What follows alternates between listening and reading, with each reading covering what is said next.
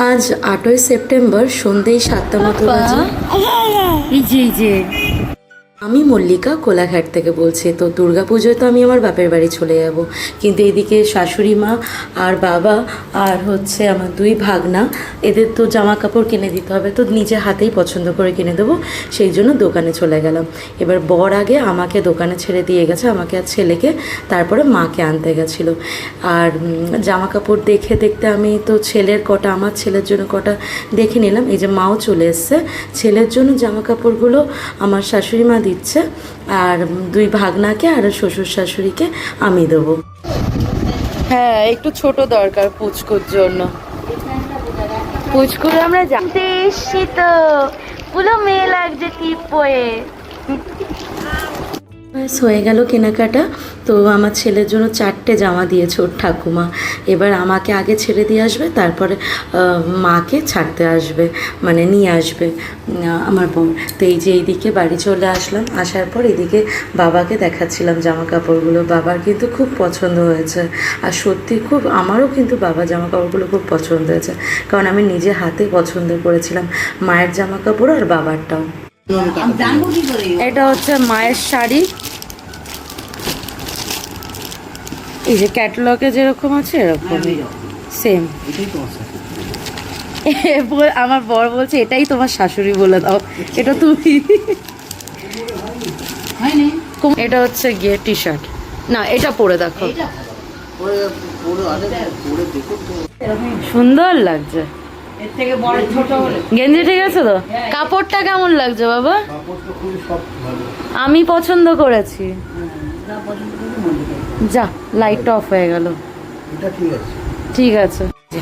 এই একটা শাড়ি খুলে আর দেখালাম না,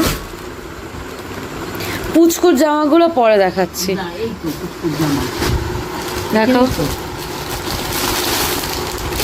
এই যে পুচকুর এই একটা জামা, এই একটা জামা। এই জামাটা আমি মামা বাড়ি যাবে যেদিন, সেই দিন পরিয়ে নিয়ে যাব। এই একটা জামা, এই একটা জামা পুচকুর, তিনটেই লাল। হ্যাঁ, এই একটা জামা। পুচকুর 4খানা জামা আছে। পুচকু ও দেখছে কিভাবে, এই ছুঁইতো পাখি। এখন বাজে রাত 10:30, আর আমার ননদের বাড়ি তো পাশেই, মাত্র 5 মিনিট ডিস্টেন্স। তো এখন যাচ্ছি ওদেরকে জামা কাপড়টা দিতে। আমরা এখন যাচ্ছি ওর পিসি বাড়ি। দুই ভাগনাকে জাগিয়ে রেখেছি, বলেছি ঘুমাবে না, কারণ ওদের জন্য জামা কাপড় নিয়ে যাচ্ছে, সেগুলো দেখাবো বলে। খুব খুশি হবে না, ছোট ছোট দুটো ননা বাচ্চা।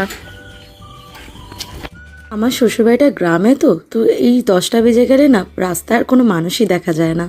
তবুও রাত হয়েছে, তাতে কি, তবুও চলে যাই, গিয়ে দিয়ে আসি। বলো, বাচ্চাগুলো তো জামা কাপড় দেখে খুব আনন্দ পাবে। আবার গায়ে হবে কি না কে জানে, এটাই সন্দেহ হচ্ছিল। ভাবছিলাম ফিটিংস হবে তো ঠিকঠাক। এই দেখো বসে আছে এখনো, চলে এসছি ননদের বাড়ি।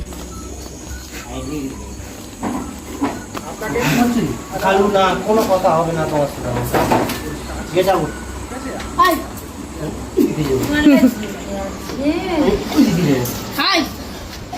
চল ওখানেরটা। জামা কাপড় দিতে এসছে এত রাত? হ্যাঁ অবশ্যই, আমি কিনেছি যখন এত রাত্রে গিয়ে আমি বের করে আনবো না।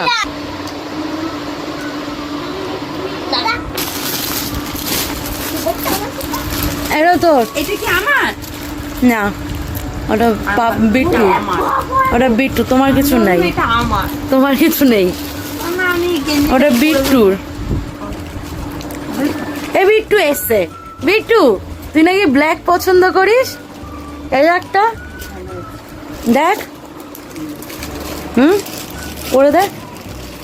দেখি তো,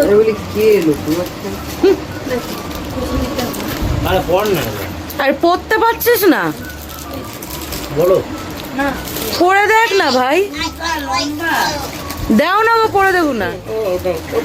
ও আচ্ছা, পারফেক্ট আছে, আমি বলেছিলাম যে ওটা। আর প্রচুর পরে দেখবে, প্রচুর, এগুলো খুব সুন্দর হয়েছে, প্রচুর গুলো ওর ঠাকুমা দিয়েছে। এইগুলো খুব সুন্দর হয়েছে, সব থেকে ভালো হয়েছে। বলো টাটা, কালকে দেখা হবে আবার। কালকে দেখা হবে, তোমার সাথে হবে না। টাটা। চলো চলো বাই যাবো বাই চলো টাটা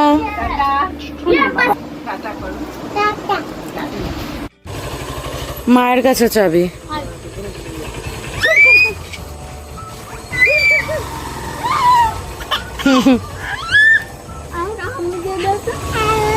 ওলে বাবালে হামি দিল টাটা করে দাও tata bye bye see you বলো tata bye bye see you মামামকে টাটা করে চলো, দাও, মামাম যাই। টাটা বলো মামাম টাটা যেতে যেতে মনে মনে যে ভয়টা পাচ্ছিলাম সেটাই সত্যি হলো আমি ভেবেছিলাম যে জানেন তো জামা কাপড়গুলো মনে হয় ওদের গায়ে ফিটিংস হবে না আর সেটাই সত্যি হলো যাই হোক আজকে আর কি তো এত রাত হয়ে গেছে চেঞ্জ তো করা যাবে না নেক্সট ডে গিয়ে চেঞ্জ করে আনবো আর বাড়িতে এসে ভাতটা তো আমি করে রেখেই গেছিলাম ডাল সেদ্ধ ডিম ভাজা আলু সেদ্ধ পটল ভাজা সব বরের রান্না করা আর ওখানে আছে লঙ্কা ভাজা এই যে আমার ছুঞ্চু পাখিটা